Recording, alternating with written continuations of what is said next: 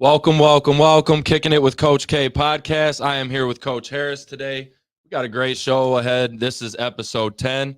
I'm going to jump into a few things real quick, and then we're going to dive into some conversation with Coach, a little bit about his story, some of his knowledge, his philosophies, and dive into some topics today that we kind of, I think we need to cover them. I always say this is a podcast where we talk about what others don't, or the real important topics that aren't covered on, ESPN or the headline places. We bring on people with great minds to talk about these things. So, Coach, we're glad to have you. I'm going to jump into a few things, and then we'll get started. Cool. This show is brought to you today by Brain Jerk Entertainment and Kennedy Health and Wellness. Shout out to Brain Jerk. Welcome to the Brain Jerk era. Hey, listen, they have a blind dating event coming up on June 10th. They just, I think, posted it yesterday. Go check that out. That'll be a lot of fun. Everything these guys do, they got, I think, a Risk tournament coming up. So the game Risk, you can come up here and play. They just did Pac-Man. I'm on the way. What's that? I'm coming. Pac-Man, I'm on the way. All of it. I'm on the way. All of it. They're doing all types of fun stuff. Make sure you guys come out and check these guys out at one of their next events. Kennedy Health and Wellness, your one-stop shop for everything wellness, from body care and candles to coaching services. Shout out to my wife. I know she's watching. She makes incredible body care and soy candles. She does a great job. We just had our first vendor event yesterday. We were actually out at the Kiwanis Spring Vendor event and helped out Bobby's staff. So we were very blessed to be a part of that. Shout out to Bobby's staff for helping the hunger situation at Erie Mason. To piggyback off of that, Sunday they're doing a Heroes on the Hardwood event. So some of the heroes in our community, the first responders, will compete in some challenges. There will be raffles. Come out to Erie Mason Gym and be a part of that. May 13th, we also have an event at Maybe Days. We'll be next to the Brain Jerk Entertainment, next to their tent. So come out and see us. That'll be our next event as vendors that you guys can come out and talk to us.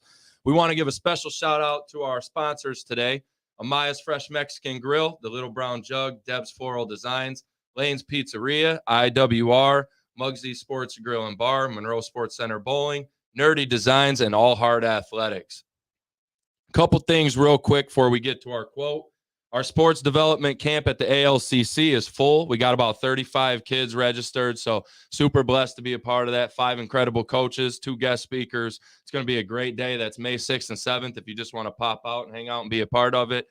We will run that back in the future, probably in June or July, so stay tuned. We also have our sports performance class and our Big Back Prep launching on May 13th at 1817 CrossFit. Just had a couple guys, Justin Davis and Andrew Stockton. Shout out to those guys. Our first couple guys joining Big Back Prep, couple of running backs. So shout out to them young guys. I know they watch this as well. Can't wait to work with them. Again, that's at 1817 CrossFit, sports performance class, and some football training going on. Let's jump into our quote of the day. Excellence is not a singular act, but a habit. You are what you do repeatedly. Yes, sir. Every guest I bring on, I kind of relate that quote to the guest. Coach, I think you're somebody who, in every aspect of your life, I think you're somebody who kind of exudes that, right? I think you're somebody who puts together little decisions, little moves that equal big stuff, that equal success. And that's by Shaquille O'Neal. So shout out to the big man, Shaq, right? Everybody loves Shaq. Read of the week. Every week we got our book. All right. Today it's Your Next 5 Moves. This book is actually about business. However, when I read this book, I started to realize this is a great book for athletes. Maybe you're trying to get recruited or learn how to better your game. Great book for coaches. It's just a great way on how to think ahead and plan. So I highly recommend this book. This is by Patrick Bet-David. Go ahead and check that out. Coach. Yes, sir. Share a bit about your journey, man, and yourself with us today. Oh, man, that's nobody wants to go to sleep. So a little bit about myself. I'm currently the linebacker coach at Harper Woods High School. Okay, shout out to Harper Woods football. Thanks to Coach Oden, Coach Booker for giving me the opportunity to come over there. My career, my passion, what I love doing is working in athletic development, pain management, right? So working with guys from your Olympians to your everyday guys, you know what I mean? Just because we don't perform on the gridiron or the hardwood anymore, life is a sport all in itself. I have an amazing 6-year-old son who is, if he were watching right now, he'd probably be trying to talk to me as if I could hear him, but whatever. But yeah, man, I don't know, man. I'm just what I say, the friendly neighborhood stretch guy. Yeah, I love it, man. I love enjoy, that. yeah, man. I just enjoy being in great company, and yeah, man. I'm looking forward to what's happening today. I've been sharing because my mom texts me. He's like, "Hey, I want to watch." I'm like, "Hey, let me go to the page really quick, share it." Yeah, right. man. But yeah, that's it. Whatever you want to know, just ask. I promise, I'm an open book. I believe transparency is the key to relationships, and it's how we move forward. Right. Big you know time. what I mean? The more That's important. Yeah. That's a huge important message, Coach, right off the bat. I think 100%. I think honest conversations are how we better. I think it's how we better this world and the position we're in. I think the more we get away from like, I know everything and you don't know anything and I only care about myself. And I think the more we get away from that stuff in society, the better off we're going to be in the world. So the more we have these conversations and get to know each other, where you come from, where I come from, you know, our experience, mine versus yours, what you believe. All right, man. Well, let me know your perspective and let's see if we can, meet in the middle, or maybe you can change my mind. Those type of conversations I think are awesome. And yeah, man, you're a very positive human being. Again, I met you back in, we just talked about it before the show. I think it was 2018. Yes, sir. Over at River Rouge. Shout out. Man. We were over there at a 7-on-7. Great day to be a Panther, right? Hey, it was a y'all were cooking, man. Man, cooking. But no, you but we had a good time over there. I do remember, like I said, you and Coach Parker. Shout out to Coach Parker. Shout out to Coach Parker. We had conversation. I talked to you guys, and we talked about, you and I actually talked a little linebacker and just talked some football, man, and it was a good time. And I always appreciated the two things, like you just said, transparency and genuine, and just the fact that you're a very positive person, man. I appreciate that. Man. So, Coach, before we get started, are you from around here then? Yes, sir. Born and raised in Detroit, Michigan, man. Born and raised. From Detroit? All right. Where'd you go to high school? So I started at King High School. And then my mom and I moved out to Warren. So I ended up at Warren Cosno, where I didn't know existed until my first day. You know what I mean? But honestly, that was it was a decision that probably saved my life. You know what I mean? Okay. Yeah. Yeah, I feel that. I had that same move when I was in school, man. Well, now I coach at Erie Mason where I went, but I actually went to Bedford, man, and no disrespect intended, but we just felt like the culture and the atmosphere in that community.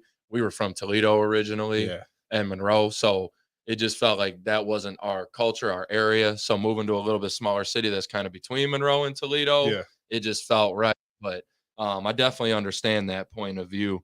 Coach, who were some of your influences growing up? Oh, wow, man. I think everything has to start in the home, right? Everything has to start in home. Love that. And my grandfather, as wild as he is to this day, my grandfather worked for the plant, right? So waking up in the morning, I would get up, use the bathroom about 4:00 because I would hear him downstairs getting up and ready. I didn't realize until later in my life that just getting up, seeing him like be consistent, because in the morning I wake up, he's going to work, he's picking me up every day from school. You know what I mean? Because goes to my next person, my mother. My mother worked hard, man. My mother worked hard. My mother worked to do a lot of things that she may have I didn't know, that she may have thought I didn't know about. But yeah, man, just especially as time goes on. Yeah, you realize more. There's some things you realize when you're a kid, mom does for you, but then there's some things you're like, oh wait. You're like, oh, now it makes sense, type of deal. Very like, much so. Mom was doing that. Okay, now it makes sense. And coaches, man, I had good coaches. I had some really good coaches at that point in my life. But man, my faith is a huge part of my life. Right? I love that. It's a big part, and it was people in the church that definitely made sure I stayed on a good track. A good track. Now, whether we veer off or not, that it is what it is. From time to time it happens, right? But they were very influential in my life, man. So I am beyond grateful for my family and those who I call auntie or uncle or call big brother. You know what I mean? That are very influential and were staples in my life, man. 100%. Yeah. I think that's an awesome answer. I think a lot of kids these days are very.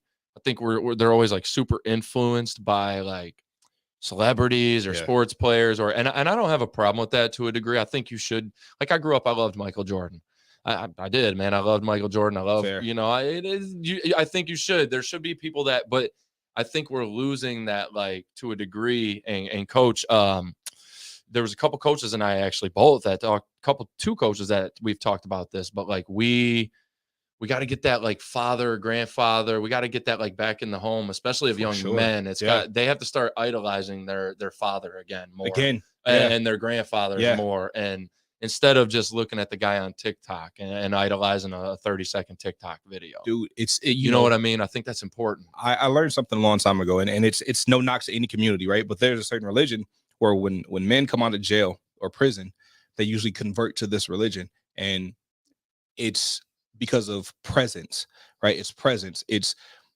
somebody was there as often as they could be to let them know that they cared about them. Yeah. And so no matter what your situation is, yeah, you're in prison. I don't, regardless of what you did, I want you to know that I care about you as a person. And so even as a coach, right, a lot of times we make the mistake, or can make the mistake, of caring more about the player versus the person. When you care about the player over the person, then that relationship stops at a certain point. But when you care about the person over the player will do whatever for you. But the person needs to know, like, hey, I trust this person. I believe in them. They believe in me. All right, I'll run through a brick wall. Right. I'm going to run through it because I know they would never intentionally want me to hurt myself. But it must be something in this wall where if I'm running, there's got to be. It has to be. Yeah. They're telling me to do this for a reason, right? So yeah, it's all about presence and relationship, man. It's presence and relationship in any aspect. If you want to have a real impact, those have to be, like, as a part of the foundation. That's big. Let's piggyback off of that. So what are some, like, how do you build it with your kids as a coach? What do you do to go about it? Like, what are some creative ways? Yeah, you know what? I can't even say it's reinventing the wheel or being as creative, man. Sometimes it just comes down to basic communication. Just sending a text. How was school, man? How's your life going? First thing in the morning, like, hey guys, you know what? On a Monday, and if some of the guys are watching now, they can let you know. It's like, hey, good morning. It's a Monday morning. Let's start off, like, let's have a positive week. Let's have a great week. Blah blah blah. Whatever. Even in my position group, right? 100%. They have to share their location with me. And I don't have them sharing their location with me because, I'm checking it. I really don't care most of the time. You know what I mean? Right. But I want my son to grow up knowing, if something happens, call me. I'm going to be there. Now, when I get there, father figure. When I get there and we leave, you might catch a couple words. You know what I mean? However, I want you to know that I want you to know that I care about you. So it's safety and care, man. Listen, so letting them know that you care, letting them know that it's not about football. It's more about life. 100% agree. And I don't care what anybody says. Kids love standards. Kids love structure. They operate better in structure. So a part of building a relationship is, we can laugh, we can, whatever, but there has to be structure and order. 100%. You know what I mean? So that's the way that I go about building relationships with, my clients and my players. You know what I mean? It's like, hey, we can have open dialogue all day, but there's respect here, and there's a structure in how things will go. And if things aren't followed, obviously we got to have that conversation. Absolutely. Uncomfortable conversations push things forward. Absolutely. Sometimes. So I definitely, no, that right there is an awesome answer. Just to piggyback off of that, I always kind of, like, when I've answered that or talked to people, I say time, man. Like, you just got to put time in. You got to text them. I sometimes, a coach, man, we got a million places to go, but I'll stay after lifts during the off season and talk for 20 minutes. We do a nutrition program, right? So that's one way I found that's really cool, is, like, we're getting something. To me, we're still getting something done. They're, like, sitting down together, they're eating, they're replenishing, they're recovering, and we're talking. We're not out here busting on the field. We're literally sitting in a room eating together, just bull crapping, man, talking. How's life? And I just think those things are, like, just time. Just give the time, little things. Dude, I also think, like, just like you said, and I know you guys have done stuff did stuff at Rouge in the past, and I know you guys will do stuff at Harper Woods, and I know a lot of schools do stuff, but I think just get them outside of the sport. I think just get them away from. And I love football. When you love football, and we all love football, right? But get them away from football. Just get them away, so that it's not. Because I think if it's always football, even if you take time and it's not talking about football, or even if you're eating, nutrition, whatever, all that, I still think there's always this like, it's just business, business, business, unless you take time to get out of there Man. and step away. Then they know, yeah, it's business most of the time, but this guy cares. We still get to hang out and have experiences outside of the Yo, business. you have to be intentional, bro. You have to be 100%. like it's a lot of things I happen loved your by answer, man. chance, right? You Yeah, have to be intentional. Like shout out to Coach Booker, man. big time. He's yeah. a great dude. For a He- minute, let's just shout him out because I know. Yo, don't big his head up, bro. Don't Hey, big his head up. he's Please probably don't. watching this he right now. probably is, man. He probably is. But shout out to Book because he's a good dude. Man. He's a good dude, bro. coach. He actually texted our defensive group chat today, just about going to a Tigers game. That's And awesome. not with the coaches. This is with the coaches and the kids. That's You know what I mean? awesome. So that's what you got to do. it's like it's being intentional in ways of building young people, building young men, because just outside of your wife, right? And even sometimes our significant other, our spouses, whatever, they're so used to what we do 100%. that they get caught up in, okay, well, I know they're going to be home at this time, so I know maybe I should have dinner ready or whatever. Yeah, But sometimes somebody just asking, "Yo, bro, how are you?" man. You're like, "Huh?" Like, no, how are you doing? Like, how you doing? Like, how was your day? How was Right. work? And you like you're very hesitant to answer. One, because you're not used to it, and then two, you really have to sit back and like, yo, somebody really cares about me outside of what I do, what I provide, what I give. They're Right. asking, Right. like they're intentionally asking me about my day and about myself. Yo, like that, man. I agree. Yeah. I agree, and I think for and this is no disrespect, but we keep it real on the show and raw. And just my opinion, I think that's even more important for a man right For now, sure. because I think. I don't know. I might catch slack for certain things, but I think men are more judged on success and what they can provide. And we're measurements of success, whereas women are more like measurements of like beauty, whether it be inner beauty or outer beauty. They're measurements of beauty, right? Yeah. Where men are like, we're measured by like, how much you make and what do you provide and what are you doing? So I think for men to just, I think that's why like some of the rates among, young men and certain things and certain statistics are higher, because it's like we feel like we have to provide and go and grind. And then, like you said, there's not a whole lot of people that do that are like, yo, and like you said, beyond the just, yeah, my day was good. How was yours? Oh, it was great. All right, blah, blah, blah. Yeah. Done. Small talk, right? Yeah. People that are really like, no, yo, like, How are you? Like, what's going on? Like, for real. Like, I see, I think that's important. So, and that would be advice that I would give to people too, is just like, ask somebody today. how are For you? real. Ask somebody. Yeah. Go and genuinely care to hear it. Ask Legit, somebody man. and genuinely Yes. care to hear it. Yes. And then, share some, if they want to vent, listen. If you want to talk back and forth, talk back, whatever it is they need, Yes. just be there for it. Yo, I just think what bro, you said, man, presence, that's incredible. That's great Yes. advice, man. I love that. That might be the highlight of the show for real. I'm Because fine with people it. gotta, people, I'm telling you, man, I'm trying to make a better world out here. We Yeah. trying to make a better world and do it through coaching and kids. And Man, listen. I think that was important, man, because people do. Our young people need it, I think, more than ever, right? Yeah. We're coaches, so I speak to everybody, but I speak to young people in a lot in particular, and I just hope they know, especially kids who listen to this. I don't care what school you go to either. I don't give a damn. If you need Not at somebody to talk to Hit them. me I up, hope man. your coaches Hit me I up. hope you can trust your coaches. Yeah. But if you need somebody else, man, feel free. Sometimes you don't want to feel judged all the time, right? And not saying that the coach would, or not saying that a person would, 100%. but sometimes you want to talk to someone who doesn't have an impact on your day to day. That's big. Because like if I tell you something, That's big. you might hesitate before you ask me to do something, because like, oh man, I know he just told me about this home situation. now I don't. So I'm not gonna ask him about this. Yep. Now this same kid feels like he's not included. Now he feels like it's not judgment, but that's how it comes across, right? 100%. So it's like I might need to talk to somebody who doesn't have an impact on my day to day or whatever. And I tell people all the time, man, listen, the only two things I will ever share outside of talking to you, like everything's confidential except for if you want to hurt yourself or you want to hurt someone else. That's real. Those are the only two things I will to somebody at that point. Those are the only two things. Definitely. We're gonna do it together though. I'm gonna take you, like, we're gonna take this to the next level. 100%. Everything else that you tell me, stays Between between us. you and I. Yep. And if I don't know how to get an answer to this, I'll go find one. I'm about to search high and low for this answer. You understand? love Like, that, man. yeah, man. I love that. And that's Yo, I'm sending the link. Okay, good grief. All right. I love that though, man. That's so important. That's such an important thing to say. Because I think right now we're lost. Kids need us more than ever. And just be there for them, coaches. Be there for them. So let's actually piggyback off of all this.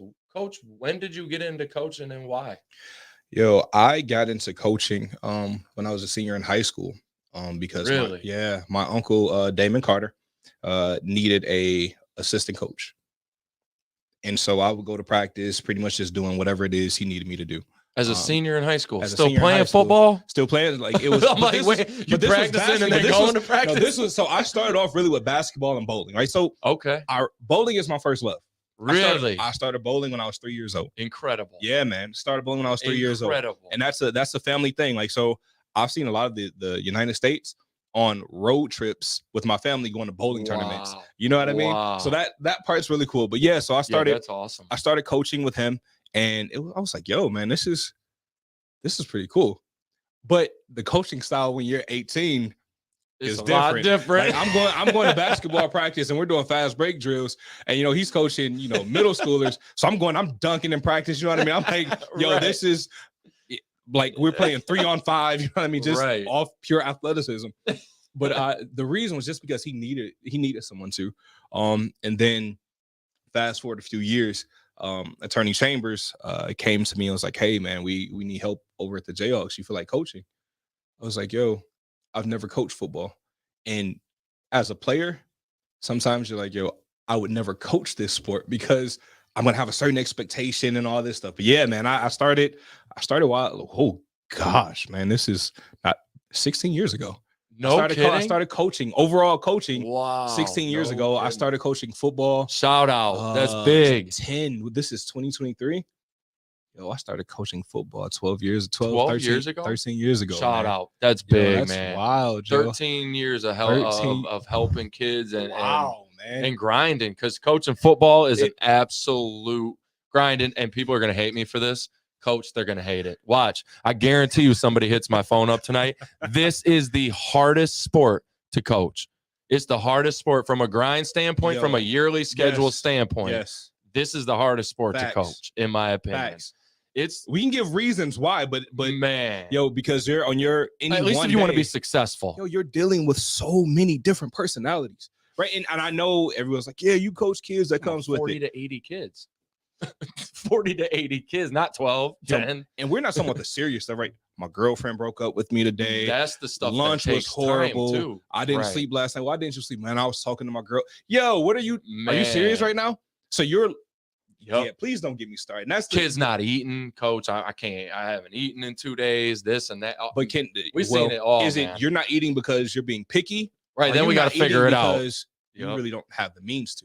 100%. Now we're dealing with. Now it's a whole nother conversation. Yo, man. And we're there for another half hour. Yo, it's a grind. And I love it. I'm not like, for people that are watching, it's not me complaining at all. Not at all. But it's saying, like, again, I just think the number of people, the grind, the schedule is different. Like, if you truly want to be successful at football, you need to be in the winter in the weight room developing. Yes, sir. You need to be in the spring continuing to develop in the weight room and starting to mix in that speed and that agility work. Now, if you got a weight room where you can do that in the winter too, by all means, you probably already doing that in the winter, right? For us, it's hard. Our weight room's small.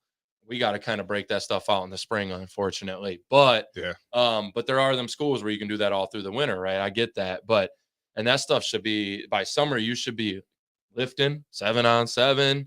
In Michigan, we got this 4-man workout, this stuff that we got that you can do, these 4-man workouts that, they should be adding spring ball to, which jump in. Here we go. Let's jump in. We have some more questions, Coach, and I want to get back to them because I want to talk about your business a little bit and what you do. Okay. But let's do it, man. Let's do it. Let's do it. So how much was spring practice helping Michigan, and how could we do it? And I want to, so me and Poe talked about this before you go into this. Yep. I had conversations after Poe and I talked with several people, and they sent me their thoughts and some of their, this is why it wouldn't work, this is why I couldn't. So I'm going to present maybe another kind of challenge or two after I hear what you say first. But yeah, how could we do it, man? Or how much would it help? Or could we do it? I mean, everyone else does it, so could we do it? Absolutely, we could. But you know, it would take less egos. And what I mean by less egos, I don't mean just with football coaches. I mean with everyone, right? Because there are so many coaches where it's like, hey, my kid's playing this right now, don't touch him. My kid's doing this right now, don't touch him. My kid's doing this, he can't see. Yo, listen, if there were less egos and more of a synergistic approach to meeting the total athlete, right? If we were more concerned about the total athlete, and if we really want to talk about this kid going to school to the next level, the best athletes have played multiple sports, right? This is incredible. The best athletes are, some of the footwork, you might not have the greatest position coach, but that coach might still be great because he's present, he cares, and he's trying. Facts. But he might not be the best technician as a coach. I get that, yeah. So definitely. Your footwork that you learn playing basketball, how to make a drop step, how to box somebody out, how to high point a ball, how to move without the ball. You know what I mean? High point a ball, that's a great example. Even when it comes to floor vision, right? Seeing things before they happen, like those type of things are developed. That stuff matters. But when it comes to spring ball, it's like, hey, yeah, we know it's track season. Cool. Like after track practice, having a walkthrough, having a quick game session, or having an install, that's not a problem. Being able to go and have, being able to be at your school, build that relationship with the guys, build the chemistry with the guys. Right. Then we get a better product come summer. And we're not, rushing through camp. And, we have to have a certain amount of days and helmets and shoulder pads, then go full. You know what I mean? So, yeah, spring ball could definitely happen if there were less egos, if we put the money into the right places and the right facilities and things. You know what I mean? So it's that's for sure. giving kids the opportunity to do so. For sure. You know what I'm saying? Making sure their fields are maintained, making sure the weight room or whatever is good. And then, I mean, that's some of the logistics that would be hard though for some schools. I think some schools would clap back and say, we can't get our grass cut in March or April, or we can't. I think that would be some of the, at some places. But then that goes back to egos too, though, coach, because if I can't get my grass cut, no, that's right. Real. So how much better can we get if let's say, man, just because I'm trying to pick two schools that are, let's go back in the day, Henry Ford High School in Redford. And my mom's watching, my aunt's watching. They went to Henry Ford, and I know the beef between two. Redford's a Meyer now, by the way. But anyway, so let's say Henry Ford and Redford are close proximity, right? Yeah. Let's say one couldn't do the maintenance, but the other could. How much better could we be if it's your ones versus my ones, especially if guys couldn't, if we didn't have enough to go both ways? Like if we're doing joint practices in spring ball, no one had this is a very legal process. That's right? an interesting. So if I can't maintain my grounds, but we together can maintain one, and we can get work in together, right? And this is what spring ball is, right? So we're throwing the ball, we're throwing the pill around, and we're getting better. And so come season time or come whatever, we've been practicing not just these concepts, but we've been building this synergy and relationship since March and April, right? Which leads to all types of crazy stuff that you don't even think about. Less injuries, less fights on a football field between teams. Less. We'll dive into the injuries part later, bro. Like that, all that stuff, man. I said it quickly with Poe last week, but that was the thing that I said too. Is I'm like, we just gonna ignore the fact that if we had spring ball, the kids wouldn't know how to hit better and they wouldn't know how to tackle more efficient because they're doing it more. You know what I mean? Or they're at least. I think it would push things forward big time. We obviously are all on board for it. The other question I would say, so you mentioned it in here, but the one clapback I got from a lot of people was spring sports. They just our kids run at track for 2.5 hours. They're not coming to a football practice for another. But I kind of like some things you said there. I'm like, what about a walkthrough? Every practice doesn't have to be full pad, tilt, smack, absolutely. You can do that at the spring game and let everything else just be a walkthrough. Right. Not necessarily even just all walkthroughs, but just everything else be a thud or tempo or just that type of stuff, man, where it's not crazy, full tilt smack. Spring game, I love what Post said last week. He said down south, he said they'll have food trucks, man. They'll make it a huge event to where it's just like spring game high school football is a normal big thing. And I'm like, why in the world can we not do that? And to piggyback off of you, I don't even know if in every area you would have to like share. I think there's so many sportsplexes out there that I think if you went to them like, hey man, we're this high school and we really need some space. Could we get it at like, I think a lot of them would supply it for free to like extremely cheap. Yes. And maybe not free, but I think you like to the point where your boosters should be able to push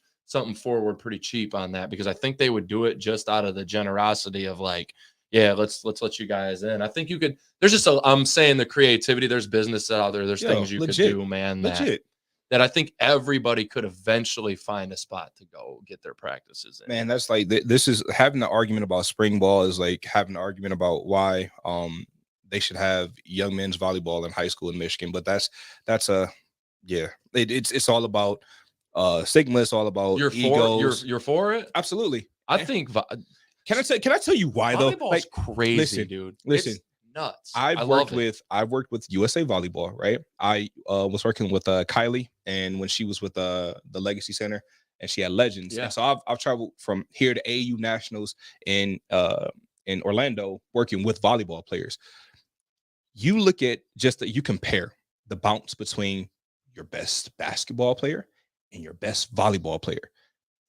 Sometimes that volleyball player tops because it's like the speed they get off the ground with, like the coordination they have to do. But think about the kid in your school, or that kid that's like the last on the bench in basketball that really won't play, but he's athletic. Right. Yeah. We do realize that men's volleyball is a scholarship sport in college, right? Right. 100%. So that same kid who's not going to get a basketball scholarship at all can now have an opportunity to get a scholarship playing volleyball and go to a Power 5 school. I'm kind of hopeful playing volleyball, for that, right? Though, because that's like, I agree. No, 100%. I agree. Listen, I think it's starting to grow though. Like Coach Brooke at Allen Park, shout out because I know she watches. That's Coach Poe's fiance, right? She is the head volleyball coach at Allen Park. But she was telling me like the sport is growing, and one of the ways it's growing is like men's volleyball is starting to pick up high street volleyball with Kylie. Like that's crazy. Yeah, High Street is actually down in this area. Like she lives in oh my gosh, what is the name of that place? It's literally practically Ohio.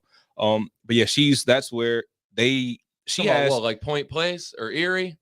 No, man, it's oh my gosh, it's gonna bother me. And I'll think about it before we leave. But like, yeah, they she had we were talking before I got here. Her boys are playing in a tournament right now. That's awesome. At Hudson. Oh, okay. Wow. Yeah. So you know what I mean? It's right. But yeah, so spring ball again. That sport's crazy though. I watched. So she hired me, brought me in as the sports performance strength conditioning coach. Yeah. And you were working with G, right? Coach the little bit. Who? Gianna Hamilton, like Coach Gianna. She at Allen Park.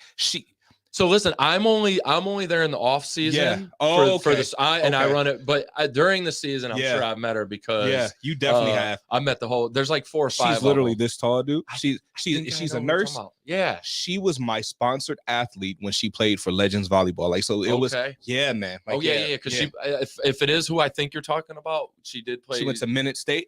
Minute State in. That is yes, 100%. I know what you're talking about. Yes, sir. So I met her at districts, and regionals for Allen Park last year, but. So she's not there during the offseason, but yeah, she's awesome. We talked for like almost like an hour, man, because I picked her brain apart. Because when I came in, I do stuff with overtime athletes. I use their systems for training, coach with them, and that sort of thing out of St. Petersburg, Florida. But long story short, when I came into that volleyball last year, I was like, I got some stuff to learn. I've never played. I don't know the sport. Yeah. So I did some learning, man. But then watching the sport throughout the year and going to games, I'm like, dude, this sport is crazy. It's lit. It is absolutely off the chain. I love watching it, man. I'm like, energy on the court. I need to get in a rec league or something, man, because this is nuts. No, don't do that, coach. No, it'll ruin it for me. Yes. Yes. Because the rec league don't move like that. Listen, I tried to I did some of the drills with the girls back. Man, listen, when I tell you Oh man. You was feeling it. Very much so. Very much so. These girls going up to spike a ball, and I'm going to block, and I'm like, oh man, all right, get cool, out of man. there, right? Yeah. Hey, I'm so good. those of you watching, just know volleyball is that sport. I'm telling y'all. Shout out to the Allen Park volleyball team too. They're a great group in there. I always tell them I don't know if I've coached a group that works harder. They work extremely hard. Coach, let's jump back to coaching a little bit here. So you were at River Rouge for a few years, and then did you take a break then before Harper Woods? So it wasn't just like a break from coaching. I moved to Philly. Okay, that's what I thought. Yeah, for a minute, man. I'd seen the pictures, and I see you with what was it, Tobias? Yeah, I'm like, whoa. I had to look. I'm like, did the double look like? I know that's Tobias Harris, man. I know that face. Tobias, that's crazy. He was a client when he played for the Pistons. Shout out, awesome. Just swept the Bucks, man. I mean the Nets. They'll sweep the Bucks eventually. I have faith. Anyway, man. It's so Tobias was a client when he played for the Pistons. That's awesome. When he got traded to LA, we maintained a really good relationship, man, a really good friendship. I'm just checking in with each other from time to time. And during COVID, I get this random message like, "Yo, man, what you think about like coming out to Philly for work?" I said, "Bro, it's a whole pandemic. But you want me to fly to Philly?" Like, sure, like I'm sure like they were getting ready to go play in the bubble. So I'm thinking he just wants some work to, right. Man, he was like, "Yo, no, I mean like move out here." I said, "What?" Tobias wanted to help. He wanted you to basically be like his trainer out there. Yeah, so completely move. And I was like, "No." But he actually understood so how why. did he talk you into it, Coach? So listen, he oh man, he sent the message. I said no, and we had just won at Roots state championship the year before, 2019. We're coming off. We're like, yo, we're going back, and we know the governor's going to open up, and we're going to play this right. And I'm like, yo, man. I said, yo, listen, I have to finish this season, bro. I can't and the other part of that message was like, I coach inner city kids. 100%. When it comes to inner city black boys, get that. Statistics say a lot of people have walked out of their lives, right? 100%. I don't want to walk out on them like that, but I know it. I know I have to have a duty, and I'm trying, but I don't want to. And I can show you the text. He was like, "I knew you were going to say no, but I figured I would ask." So, I let it go, and I'm beating myself up, man. Listen, my family will tell you, like, I'm like, man, what did I just do?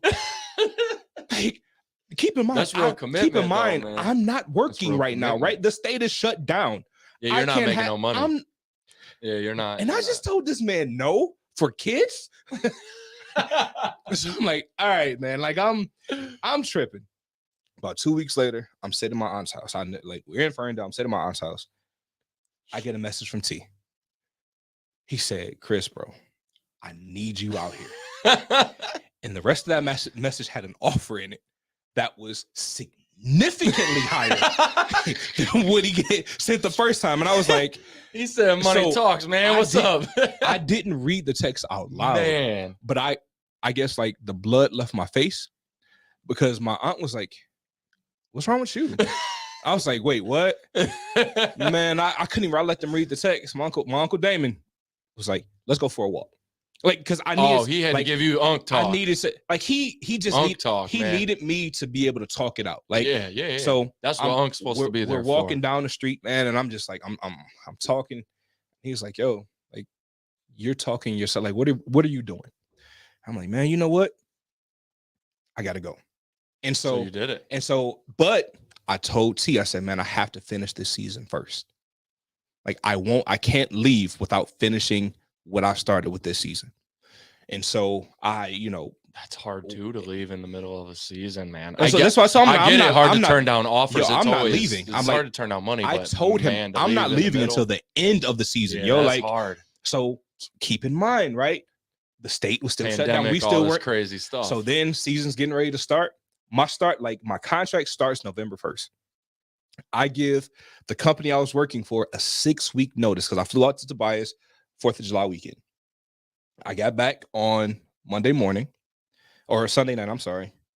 I gave my job a 6-week notice that Monday that involved a plan to transition my clients from me to other people that were Okay. there. You know That what I makes mean? sense, Because right. again, when it comes to my clients and they know it's not just about money with me, it's about relationship. Right. And you want to make sure they're taken care of. I gave them that notice on Monday. They fired me Friday. So keep in mind, I'm making these decisions about, whether to go, whether not to go, the commitment I have to this company, what, like, the Lions contract, like I have all this stuff in the Right, a back of my whole mind bunch of because I'm stuff. still working with the Lions, still on the sidelines, whatever. And I'm just like, man, they fired me 4 days later. So I said, okay. So then the season's coming up, and like, they're like, yep, season's canceled. Shut it down. So I'm like, shoot, okay. And so the Rouge coaches will tell you, Man. we were all sitting in the same spot. I said, listen, man, this is what I've been presented with. And shout out to Coach Parker, because when I kept telling him, I was like, man, I don't know if I'm going to take it. He told me in front of one other person, he said, yo, I was going to fire you because you weren't not going to take this opportunity being here. Like, I was literally going to tell you, like, yo, bro, you're done here. He's a real one. Yo, man, he's listen, a real one. When I have more Coach Parker stories in a little bit, but that one, so this was a long answer to yes.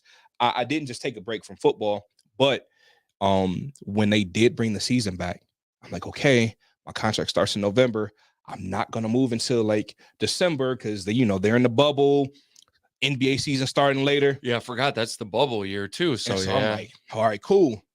Then the season shut down the season during the middle. I'm like, all right, cool. Then they bring it back. All right, we still got some time. Shut it down again. I was like, okay. So keep in mind, bro, at this point, I've moved to Philly. I moved to Philly. Wow. So I'm flying back every time, back and forth. every time it opened up, I'm flying back to coach. The only game I missed in person was the King game. Was the King game. No. But I'm flying back. So from Chelsea to the state champion, I'm flying right back to Philly the day after to go back to work. That's crazy. Yeah, man. Crazy as can be. So yeah, I didn't take like a year off in here. I left and went to work with Tobias at the Sixers, man. And it was. And then you came back here? I came back here. So what led to that? My son. Okay. My son. So I was coming back at least twice a month, the months that I could. Like during the playoffs, traveling with the team, I really can't. Or while I was in Philly, because of COVID restrictions, Doc really didn't let contractors travel with the team until the playoffs. That makes so sense. when the team would be on a road trip, I would either come back here, or if an athlete, man, I remember Jerry Davis was like, yo, I need some work.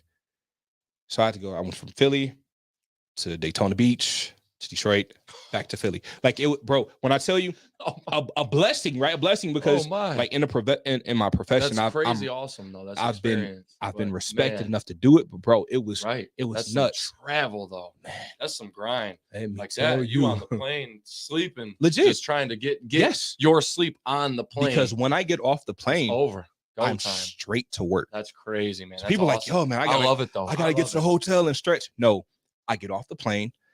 If there's already a table there, cool. If not, I gotta grab my table, grab my tools for work, and then we're right. We'll hit the hotel when we're done working tonight.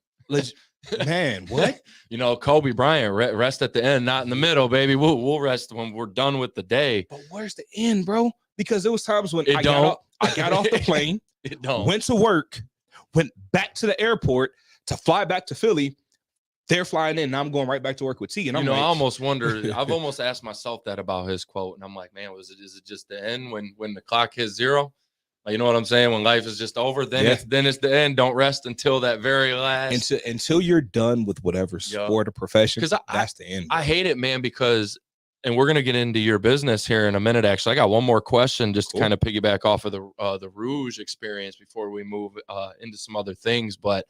I hate this like anti-grind society where they're like, we're trying to like make it cool to not work hard, to like only work 3-4 days a week, to like, and to what I tell everybody is it's like super simple, and I'll never go away from this, but I tell everybody like you said it earlier, be intentional and find something that you love, like have a purpose. And I promise you that your whole mindset will go from like, yeah, I want to take another day off. I need another day off. I need another vacation. It'll go from that to like, what's next? I got to be here. I got to go here. I got to help this kid. I got to do this. Absolutely. But I mean, I tell people like, no, like you can't fake it though. You really have to love the shit you do. You have to. Because if you don't and you try to fake it, eventually it'll break and you'll just quit. Or you'll burn out, bro. And other factors come in because you're putting so much time into something that you don't actually like care about to that level. Man. But like once you find it and you are like zeroed in on it, like this is what I want to do, man, that working hours comes. I don't want to say it's easy because it's never easy, but it just becomes nature. Yeah, man, I'm sure that was hard as hell what you did, but I also bet that never once did you sit there and complain in the line at the plane. I guarantee you, man, you got on the plane and just did what you were supposed to do, right? Dude, you know what I'm saying, though? I just did so much free work. I did so much free work. You know what I mean? From driving when I was living in Oak Park at the time, I'm driving to Pinckney in Gregory, Michigan, working on triathletes on a Sunday morning. Like not even I'm going there on a Sunday morning after working the night before. I was saying when you probably work Saturday for free, right? I'm working on 30 people, not getting paid a dime, hoping that one of them books an appointment in the office with me. But some of them were already clients for other people, or the drive was ridiculous, or they were from out of state somewhere to do it, just to get better, and this was to help. Free. You know what I mean? Right. So I'm about to complain when I'm in line at the airport for a ticket that I didn't pay for, going to maybe a hotel that I also didn't pay for, to get miles that I didn't pay for. But it's because you care and you're good. Because I care and I'm good, and now people are paying me to come do that. Right. Complain. What am I complaining about? But you got passion. You got a passion. That's what I tell people. If you find yourself complaining a lot, you don't love whatever you're doing. You flat out do not love it. And that's like I always say, man, don't kill the grind. Find what you love and grind. So just to jump in, man, I want to know. I think a lot of people who watch this would want to know, before we move on to how you kind of got to Harper Woods, when you were at Rouge, I believe you won a state title. Yes, correct? sir. I want to know, we all want to be there, right? We all want to win. Everybody, despite, kids come first. And I think, some kids going to colleges before winning a state title and everybody's got things, but I think everybody at the core wants to win one. You should want to win one, or what the hell are you doing it for, right? Right. You should want to win one. What was the difference in that team among the others? How? Why did that? What made that team so special? Man, the 2019 Rouge team, it was that first loss. The first loss. We played Grand Rapids CC. The first. I remember this. I remember this. It's a banger, yo. I remember this. It's at Rouge. It's a I'm sorry. Before we got there, we had some senior leaders on that team that were selfless. And you started to see that's worth a lot. Like you saw it in the off season during lifting. Those guys were in the weight room doing what they were supposed to do. Did you get a feeling at that time? Yo, like you never know you're gonna win the state title in I got a feeling the winner, but you kind of like you got a feeling at camp. I got a feeling at camp because we do dawn patrol. Kids are getting up. We're all getting up, but work starts at like 4:45. 4:45, 5:15. It's tough. They don't have phones, right? No, everybody's phones are taken. I love that. But this particular year, coaches, we're geeked up. We going with the flashlights, the whistles, whatever. This particular year, the kids were up. They had already. Oh, they had some of them had that's the time set on their watches. Yeah, that's over. And so we get there and it's like, you know what you got at that point. So we get out there, everybody's working, everybody's pushing from the first guy to the last guy.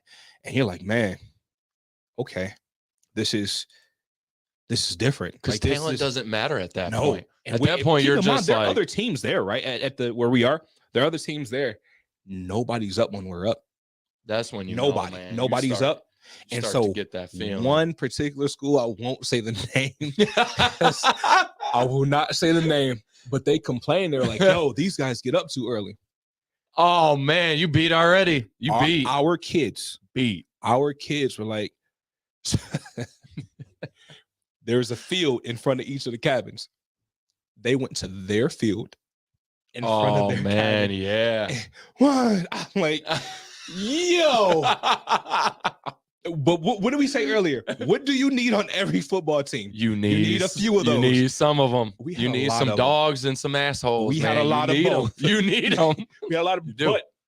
but also like after we lost week 1, man, and the way we lost week 1 was wild. I mean, Grand I Rapids remember CC, that Grand game, man. Rapids CC, I do. Shout out to the program and the coaching. They amazing program, amazing coaching staff. Man, I'll never forget it. It's a 3rd and long play. We're in our dime package. Our our one tech goes to make a move, and he spins out of his gap. Quarterback runs right through that gap, goes up the sideline. We get a penalty. Late hit. They Yep. kicked the field goal. We lost that game 17-14. I remember that. Because we tell the kid, hey, man, onside kick is coming. I've been beat on it. Yep. It's like, yo, right off. And he's a starting receiver, right? Yeah, right off. But again, it was like, it was those moments, right? Learning, that's a great learning moment, though. Great growth moment. But that was it. The rest of that season, they were pissed. Oh my God.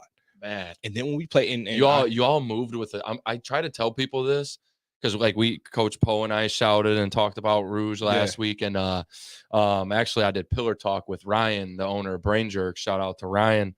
But when I did pillar talk with Ryan, he was saying how Rouge has been good at football for quite some time now. And then I said they'd move different. They were, especially, and I'm not, I know they're very well coached today too. Yeah. I know the coaches over there today. For sure. Yeah. Shout out to them guys. But yep, they are just man, you guys moved so different that year. That 2018 and 19 year. And even beyond that. Yeah, but keep in mind, 18 you guys moved so different. Keep in mind, we lost to King 18, 7-6 in the first round. Yeah. Yeah. So the guys that came back, yeah, that's a different 7-6, man. 7-6. Painful. 7-6. Painful. But honestly, that year too, we played Harper Woods that season. That was the most physical game that we played that entire year. You know what I mean? Like it was a straight. I think the score, like we both scored quite a bit, but physicality wise, that was a game. Yeah, you know what I mean? Like that was a game that prepared you for the rest of the year. That's why I always liked watching you guys too when we could. Obviously, we play a lot of games on Friday nights when I couldn't necessarily catch it, but those games when we had like a weird Thursday or a Saturday game, and Coach Cersei, shout out to Coach Cersei. Yeah, man. But we would come out and watch, and like I was always just so impressed by just how locked in and intense it was, man. That's how a program should look. You guys were like a model to me over there of how when you for like to keep it really symbolic and simple, when I walked on the field, this is what the team should look like. Warm-ups. Yeah. This is how intense and locked in it should be. It was very like a model focus, man. So that's awesome though. To me, it sounds like the hunger. It sounds like it had a different type of hunger. A total different type of hunger. And even when we played Catholic Central that year. Yeah. Yep, bro. Our kids, it was just something about that game. You know what I mean? It's always right. A public school playing CC, always. Yeah, it's always gonna be intense. Right? Yeah, it was something about that game. Plus, and everybody wants to be Mike Kenville. Mike Kenville was a tight end coach, but he also worked at Legacy on him. So we pregame, we're just like we're talking trash, man. We're just dapping it up, and man, that game, the kids. Coaches and kids, that particular game, I feel like something happened that day that just it changed. It clicked, right? So going through the playoffs, man, like week by week, it was just like, hey, what are we doing next? What are we doing next? And then we get to that Chelsea game. And man, listen. And Chelsea's got a football program. Chelsea's got a program, you hear me? Straight football program. Yo, they do. We won that game. And Coach Parker legit said the week before, he told the kids, give me a chance to coach against Cam Martinez. Give me a chance. Give me a chance to coach against him. Give me a chance to do it. Yep. And the kids were like, bet. I love it, man. So after we won, y'all made me want to run through a wall. I tell you what, and this is like for all coaches and guys, like we won that state championship, honestly, defensively because of scout team. We had a kid who was a corner. That's big. And before the season, he was competing. That's free game, and that's important. He was competing to be the starting quarterback. This kid had wiggle, man. Like Cam, shout out to Cam. Cam, he was a great young man Yeah, too. definitely. Great athlete. This great kid had wiggle. You understand? Like he was right. So when we're in practice, defense, and we're going a scout team, he was Cam. He was Cam, right? And he lit us up. He lit us up a couple days, right? Look. So it's like when we got to Muskegon, you need that. Our kids were like, all right, Muskegon scored their first touchdown. That was it. I think to piggyback, man, to piggyback off of what you just said, though, I think I think your scout team is. I'm thinking about it. I'm like, to take because we're always looking for ways to take our program to another level. That's almost never talked about. Scout team, yo. Make your scout team better. You have listen, make it as good as you possibly can, and don't just put JV guys in there. Them, for us, it's like blue jerseys are JV, gold's varsity. And it should be all gold, even on the scout team if it's gold. Now, if you got to fill a few JV in just to and we a couple did. big we bodies, did, a couple athletes, you got to do what you got to do. It's all about the effort, man. Right? Yeah, 100%. And get guys that I think that's bigger.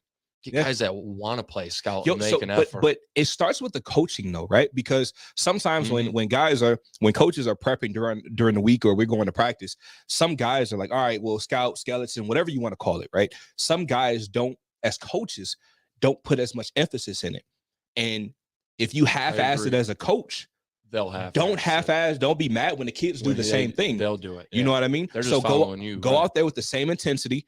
If you're a real coach and you're watching film and you know how things are supposed to be run, these kids will take pride in it because at the end of the day, we're all winning.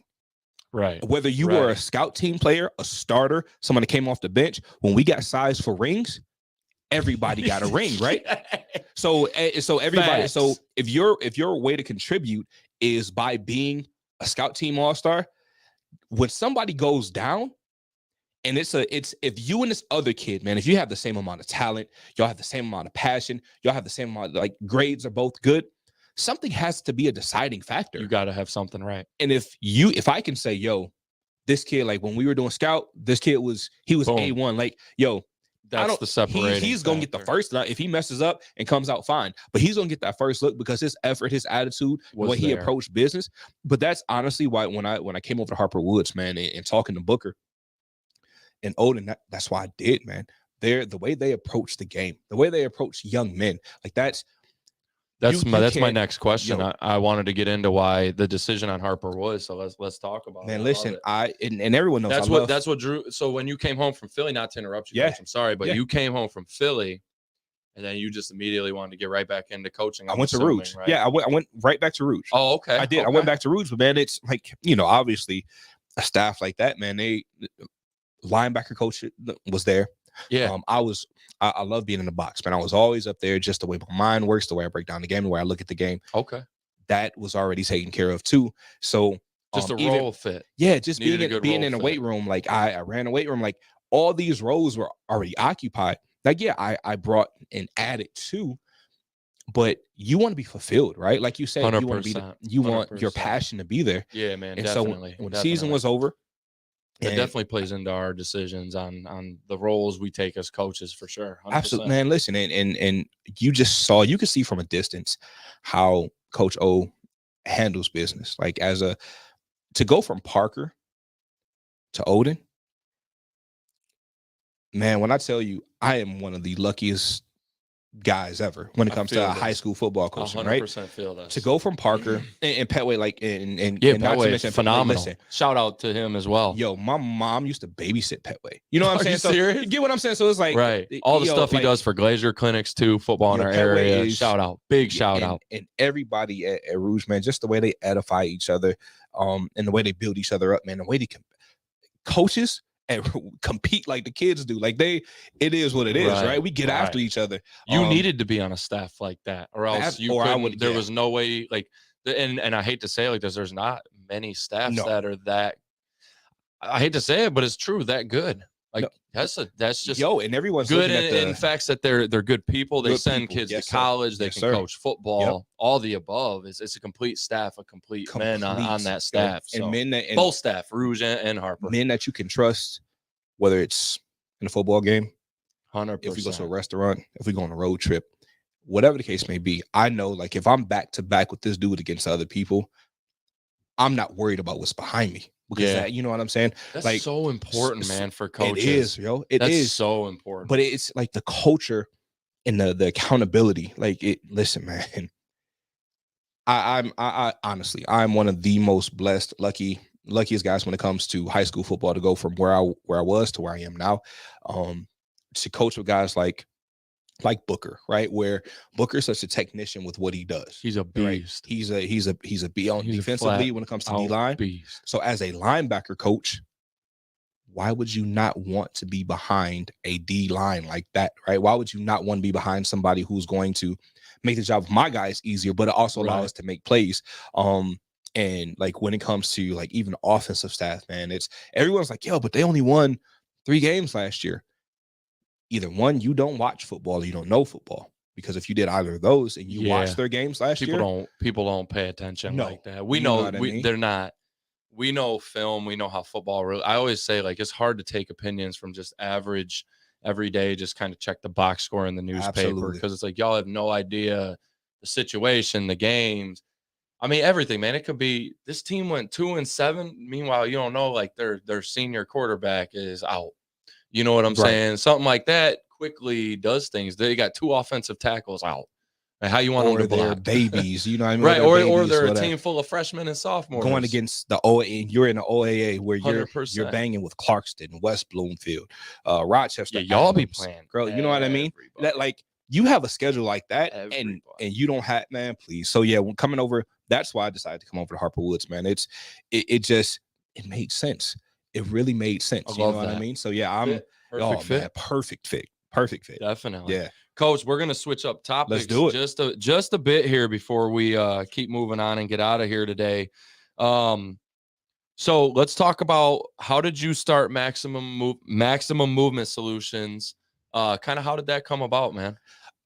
Like go back to the I put in my notice, my 6-week notice, and got fired 4 days later. And that's when this kind of came You know, about. it was already born beforehand, right? You know, so whether it was using that as my business to like when I was working with kids or when I started working with players outside of the company, you know what I mean? Like making sure like I was good, but it was an idea. It was like, what would I call a company? What would I do? Like what makes the most sense based on what I do, right? And so I'm like, I work in movement, so I want that to be in there somewhere.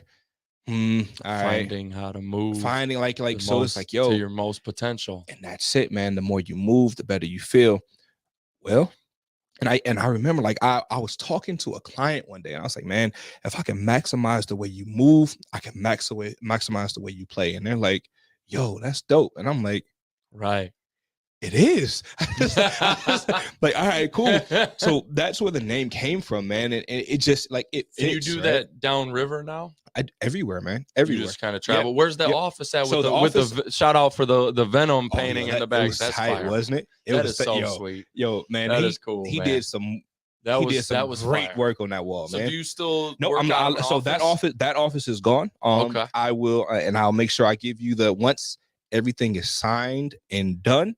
I'll let you know what the new one is. But meantime, between time, I've been going to like for certain clients who own gyms or are part of gyms, and they're the person that owns the gym was nice enough to let me come set up for their members. I've done that. Going to my clients' places, you know what I mean? It's been or going to different schools. So it's just kind of moving around. Just right moving now. around, Staying man. on the road. Maximum Movement Solutions on the road. And it's really cool. Or still traveling to work with different clients, you know what I mean? Because man, listen, I do that for training. So like with the athletic training. So obviously we're in doing different stuff, but for our sports performance stuff, like it's the same. I stay on the road. I don't have a gym per se. We got a rec center we use. We got a park we use. With one client, we go to Planet Fitness once a week, we just kind of hit the gym and do a lift together. Nothing crazy. We go hit upper body together. I think people have to kind of get out of the mindset of like sometimes having a brick and mortar is more of a hindrance than a help, especially when you first start, when you're starting out, right? It's expensive. And if you can't justify it just to say, hey, I want people to be able to come to me. If you can't justify all the costs that come with it, because remember, if it's random number, if it's $2,000 a month, right? Well, that's $2,000 a month just for the space. We're not talking about supplies. We're not talking 100%. about if it's a And that leak adds up and so a much. ceiling tile has to be replaced, Right. or if the Right. toilet breaks and you have to call somebody. Like, yeah, well, if you're renting, they should take care of it. Well, even if they have to take care of it, am I going to wait 2 days, 3 days for them to do it? Or I'm just, hey, reimburse me. So I Right. got to And have out. those funds right now. You know what I mean? 100%. So No, whatever makes definitely get sense. that. Yeah, man. So yeah. So out of curiosity, Yep. let's keep on that subject. We so I do sports performance training, right? So what we do is a little different from what I kind of get Yeah. out of the conversation. So I want to kind of break down to the listeners Yeah. what you do. So, Okay. you know, a lot of people who listen to me, they know we do a lot of strength and conditioning stuff. I don't really focus as much on the injury part of it, Mhm. or some of the other stuff that you have. I don't have those tools and knowledge. You know, we do different isometric exercises when guys got different knee injuries or Mhm. whatever. But for the most part, we're speed and agility, strength conditioning. We're doing those sort of things. So what is it, maximum movement solutions, and you do that are kind of beyond that to make, you know, athletes even enhanced in their motions and their movements and as an athlete? So just an example, right? So if you take your finger and you press it back, right? You can feel like a stretch right here at the Right. bottom of the joint, right? So if you take that same finger, gently lift it up, and while it's lifted up, bend it back, you start to feel a stretch getting deeper into your hand. Right. So where I work at, in the area that I work at, is deeper, clearing out joint capsule space, allowing Okay. guys to feel lighter, feel like they can move a little bit more free. That's one area. So the mobility, the flexibility, that's that part of it.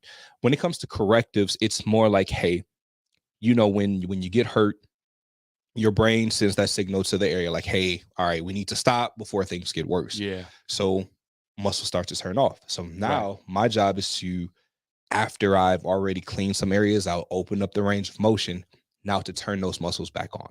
So it's like whether it's doing certain things with the band Gotcha. or using our mobility sticks, stuff like that. You know what I mean? It's Right. that's Right. the next step. And then even the tissue work, like the soft tissue injuries and soft tissue manipulation, that's huge, right? Just knowing where things insert, where they start, where they finish, knowing how they move. So if someone's like, hey, man, I feel like I can't fully extend while I'm running. So most people are like, man, well, that mean he must be talking about his knee and his quad.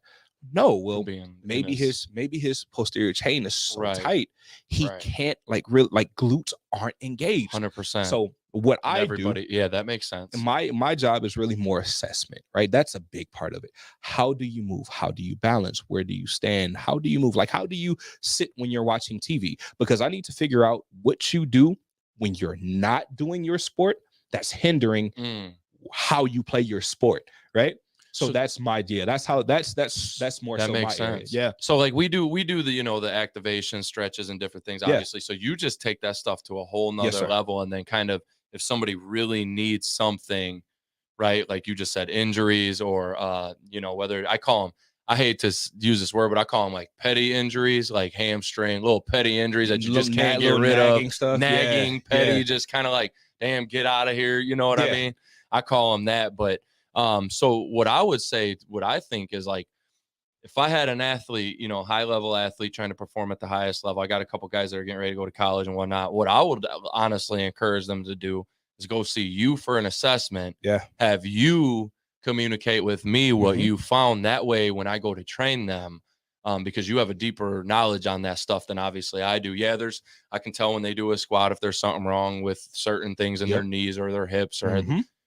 but some of that obviously with me is just, you got good or bad form and we just got to fix it. Yo, but that's right. When we talk about synergy, like the synergistic approach in egos, Right. it Right. I really like, I know we're talking about when it came to like spring ball and high school sports, bro, but that when it comes to what I do, like that's important. Staying 100%. in your lane, right? Because if you send an athlete to me and it's like, yo, all right, why am I about to focus on running form? Why am I going to focus on, that's not my If lane. we are right. That's your job. You sent them to me to be able to do what you do better.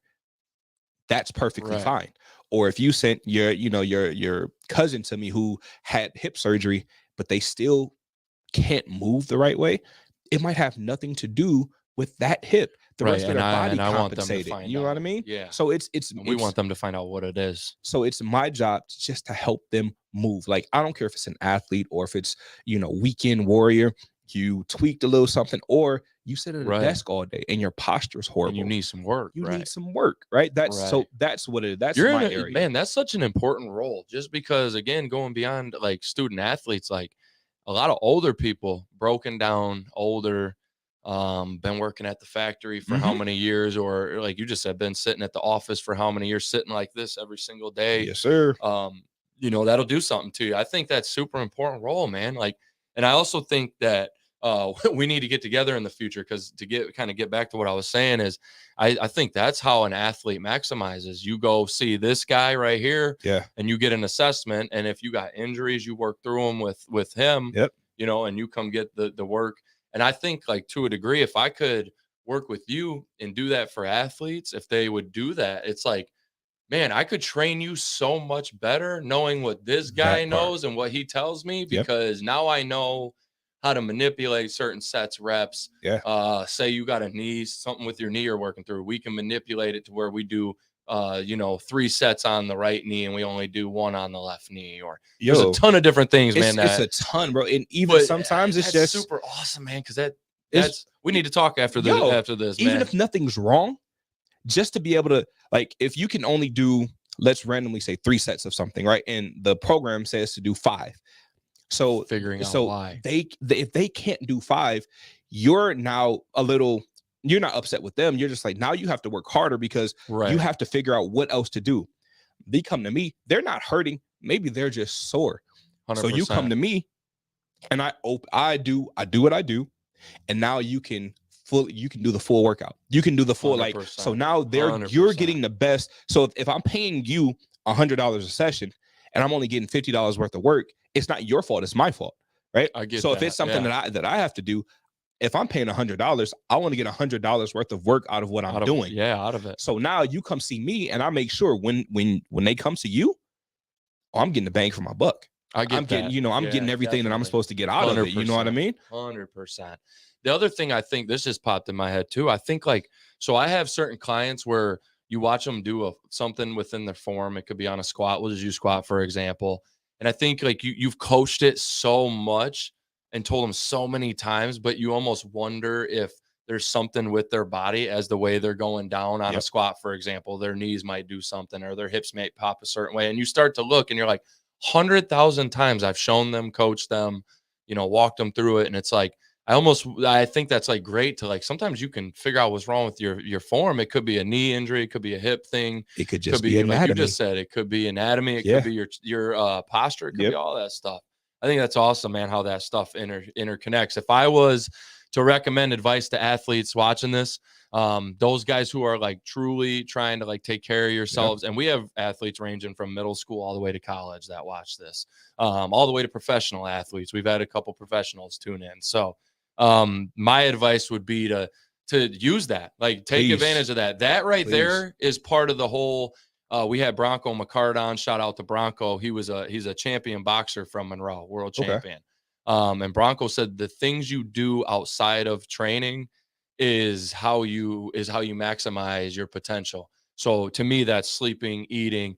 That would also include your body, man. Going to see you to take care of your body and recover. Absolutely. Take advantage of that. Those guys, anybody who's interested, those of you who may be like, okay, yeah, that stuff sounds pretty good. Yeah, please look up Maximum Movement Solutions.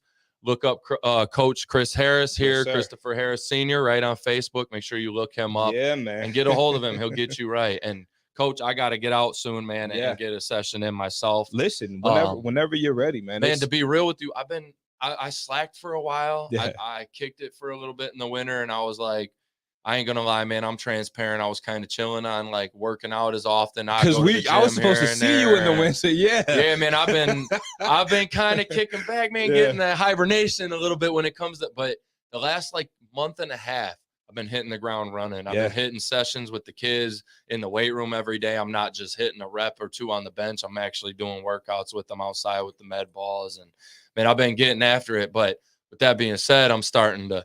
Couple different areas, man. I'm like, I'm old now, man. I turn 30 next month, But I'm like talking to Hey, my man, doctor. I'm like, yo, yo. stuff's starting to hurt when I like. Yo, can you not say the old comment again, bro? You just said I turned 30 next It's that month. old next to it.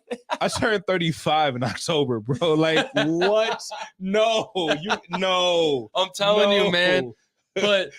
But the older I'm getting, as I'm growing into age, I'm starting to notice, like, because I'm trying to keep up with I just left training Gabe, my client Gabe. Shout out to Gabe. I know he's watching, and Cam, and I just got done training them guys, and I got a couple different personal training clients that I just do like weight loss stuff with.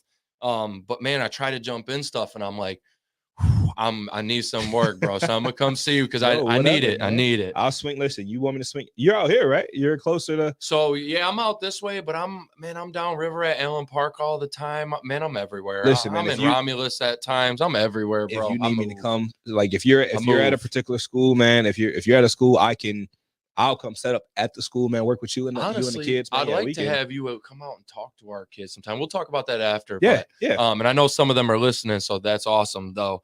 Coach, we'll get a few more questions. Okay. 2 more questions, man, here, and then we'll get out of here. How do you balance entrepreneurship with coaching and home life? By trial and error.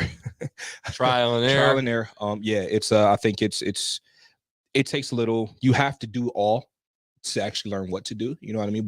But you do have to prioritize, man. Yeah, but before anything, like we said, that grind.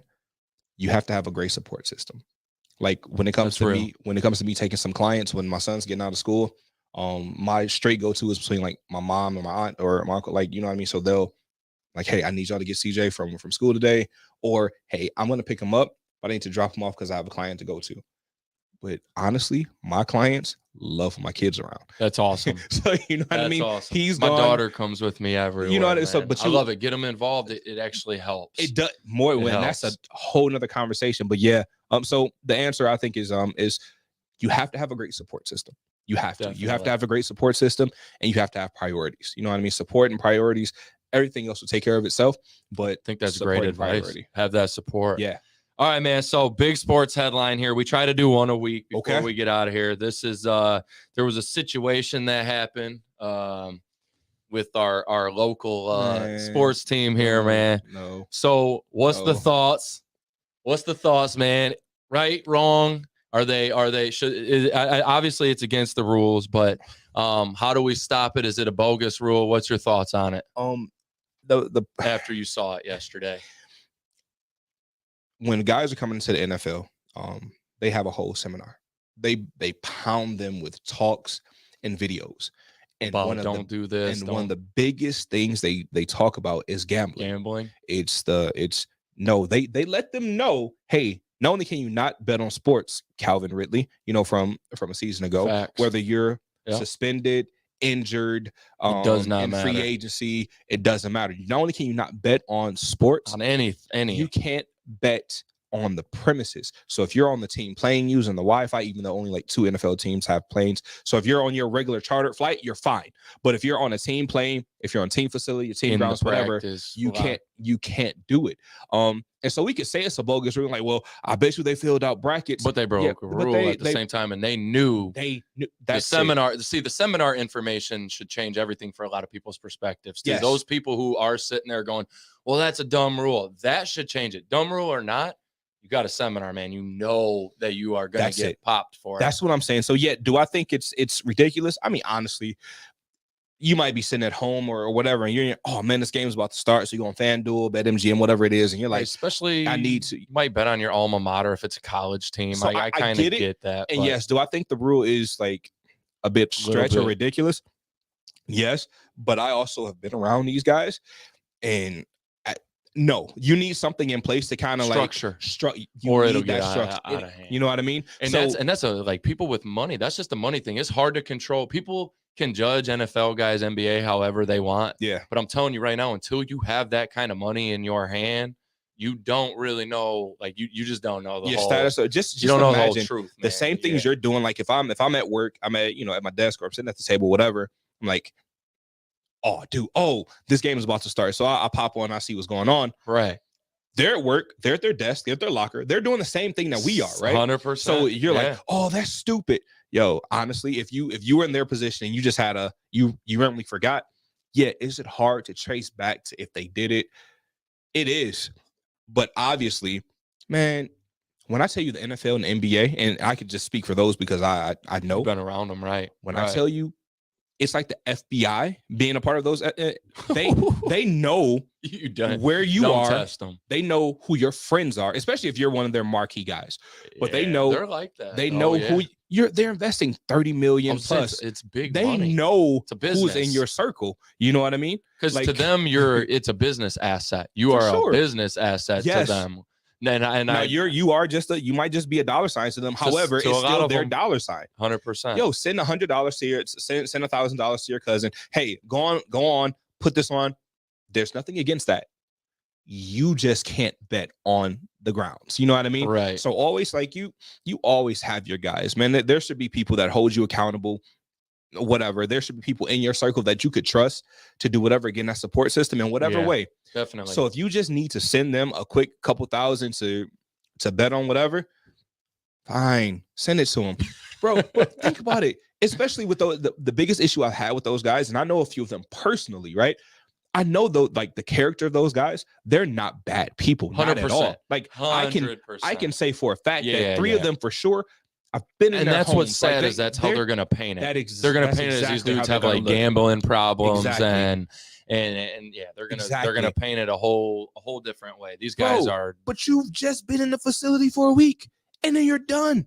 You're there for voluntary workouts, because especially for the guys who are you're there for a hot second and you're gone. Yeah. And during this hot second, you just threw away millions. Right. No, I agree. Right. You know what I mean? I agree, man. Yeah. I agree. I'm one of those people who I know there's certain, like, I knew there was certain stupid rules in school. I still followed them.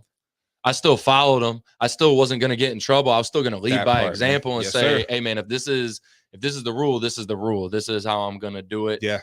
Because and Coach Surse, shout out to him again. He used to talk about this a lot. There's such thing too as like leverage. You want leverage with people, with situations. You want to be able, even if you hate that sucker across from you, there's a time you might need his damn resource. So at least hey man, at least smile long enough to shake hands with him. If you want to cuss him out on the car on the way home, but be cool enough to be composed and deal with people at that type of level at minimum. Absolutely. You know what I'm saying? Because you never know who. I thought it was disappointing, man. I thought the Lions were in a good spot. I think I do to me. I wish the NFL would just do like a no gambling on the NFL. But that's just me. Who cares if he wants to gamble on men's tennis or women's volleyball? Like I'm on the same. But with you in the same boat, that's the rule. Don't break it. Yes. You know the consequences. And to me, at this point, you just saw Calvin Ridley do it. You just watched star wide receiver at that. Like your position, your everything. You just watched this last year. That's what's frustrating. And you decide, some people are saying cut him, trade him. I don't think that's it. Are you nuts? I don't. Wait a minute. Time out. That's what I'm saying. That's not the move. Because the same people that you say work that, with them, the same people that say stuff like that.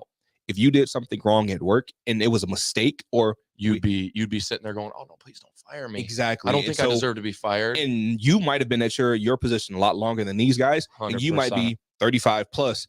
And I'm not trying to make an excuse saying that their youth are like is ignorance or whatever, but you're judging a 21, 22, 23-year-old young person or young man, young adult.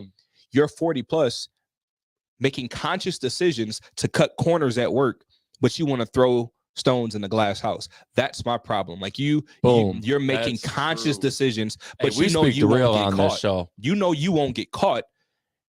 So you're like, I can bend this rule. Or maybe it's not that extreme. Maybe you work somewhere where you have to take safety steps and you cut corners to get the job done faster because you know you won't get caught. But you'll judge everybody else. Stop it. 100% agree with that, man. Stop it. We just talked about before the show, like the world, man, needs to change certain mindsets. Yes, sir. That's one of them right there. Like you can't be hypocritical like that. And I think like give them a chance to fix it, man. Like let them understand that integrity is a thing. And like whether you agree with the rule or not, like we just talked about, integrity is a thing. Do what's right behind closed doors. Let's help them do it. That You know part. what I'm saying? That part. That's like, let's self-correct. And I don't think they bet on NFL. I don't think they bet on NFL. I think it was stuff. college. So I don't think they'll be out for the year.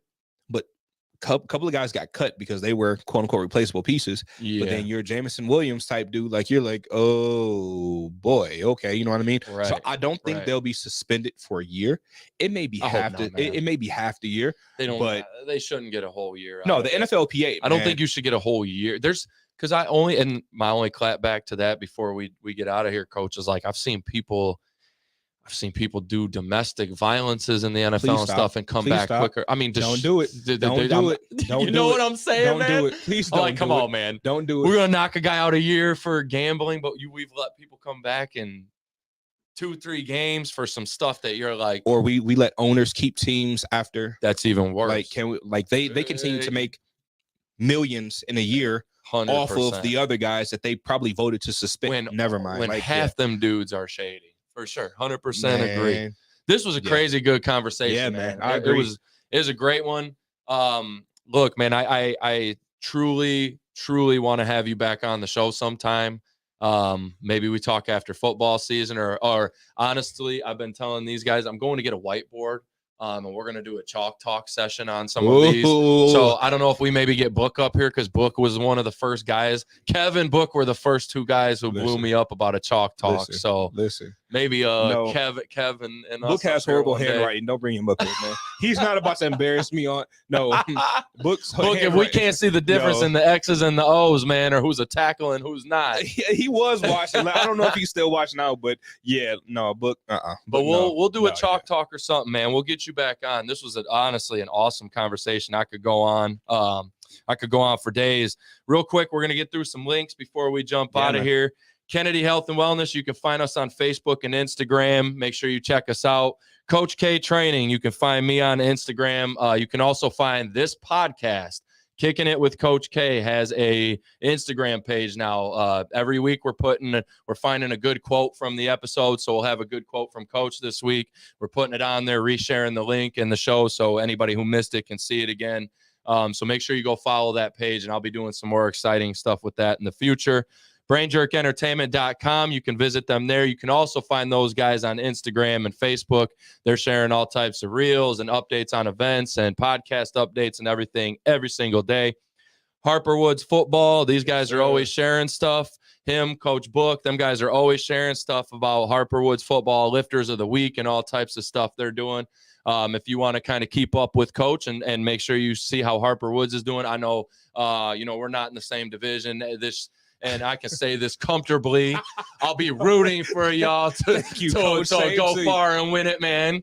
You know, I can't. If it's the same division, I hope y'all take second. But what division are you guys in? We're actually 6th this year, so okay. we're a little bit smaller school. Okay, we moved up. We're actually moved up the last few years, so we're kind of climbing, which is good and scary to a degree, but good. But you're built for it, though. But we're getting there, man. And I'm rooting for you guys. I really appreciate it. I really do cheer for you guys, man. I think that coaching staff is full of great dudes over there. And, I appreciate it, man. You guys have a culture over there that I truly, and I know that's like a cliche word, but truly look after that culture, man, and look up to you guys. So I think that's important. I'm humbled to say that. I'm not one of those people who think I know it all as a coach. I look up to guys like you. So make sure you guys check out Harper Woods Football. If you can get to a game this year, go to a game, field, man. New field this year. Yeah, it's crazy. It looks sweet. It's gonna be. It's gonna be. Well, I seen the blueprints or the pictures. Like, it looks I'm crazy. Looking at the dirt right now. I'm like, this is gonna be nuts, man. Every day you get to look at that. It's gonna be nuts. Go check out and support them because Instagram is at stretchguy_CJ @stretchguy_CJ. Any business inquiries, man? Please hit me up. Awesome. Any conversation. What about Maximum Movement Solutions? It's the same. Yeah, it's the same. Like you'll see the link for that page too. Perfect. But yeah, if you hit up the stretchguy_CJ page, man, I'm the one responding. The other page, it'll be you might get somebody else, but this one you'll for sure. Yeah, you'll for sure get me. You guys hear that? Say that one more time, Coach. It's stretchguy_CJ. All right, there you guys go. This was episode 10. Appreciate Coach coming out. We had an awesome episode. Next week, we're back at 5 o'clock again. We have Joe Dorton on next week. Joe I don't want to butcher how many years he was at Woodhaven. He was a baseball coach at Woodhaven for over a decade. He now runs a rec center in Redford for the youth kids. So we're looking forward to having Joe on next week. So make sure you guys tune in. We appreciate the continued love on the show. The show has been growing in viewers every week, and the conversations have just been absolutely on fire. So, Coach, big time appreciate you, man. I appreciate you. Thanks, man. You guys have a great day, great week.